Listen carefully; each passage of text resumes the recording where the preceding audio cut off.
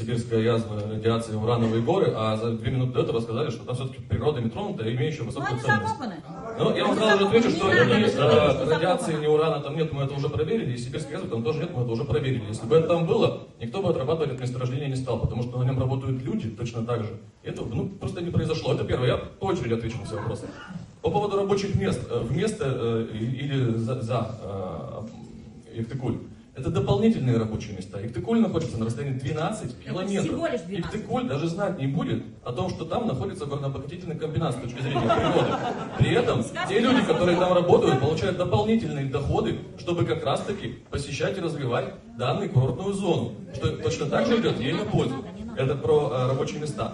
Потом про Коркино. Если вы знаете, Коркино никогда не отрабатывалась русской медной компанией. Коркинский разрез рекультивирует русская медная компания своей доброй волей. Брошенный карьер. Тем самым, по сути дела, спасли мы 2 населенных пункта. Роза и Коркино.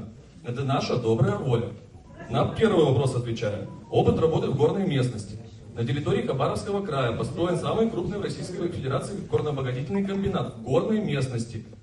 Хвостохранилище находится на расстоянии 2 километров от реки Амур. И ничего в реку Амур не вытекло и не стекло. На территории месторождения этого текут 5 горных ручьев, которые никуда не делись и точно так же контролируются. Вся эта информация прозрачно отдается всем желающим. Я попрошу у нас оператора включить ролик. Где у нас оператор? Про как раз это месторождение. Вам его точно так же покажем. И я дополню части того, что якобы речки утекают, озера рассыхаются и так далее. Но это же бред полнейший. Карьер Сибай, выработка больше 500 метров. В 3 километрах находится озеро Култубан, я сибайский, я знаю. Никакое озеро не перетекло в карьер. Существует, водится рыба, там даже какой-то бизнес открыли. Рядом с непосредственно карьером этим сибайским течет речка Карагала. Никуда она не развернулась и не утекла, соответственно, в этот карьер. То же самое на Томинском горно-обогатительном комбинате.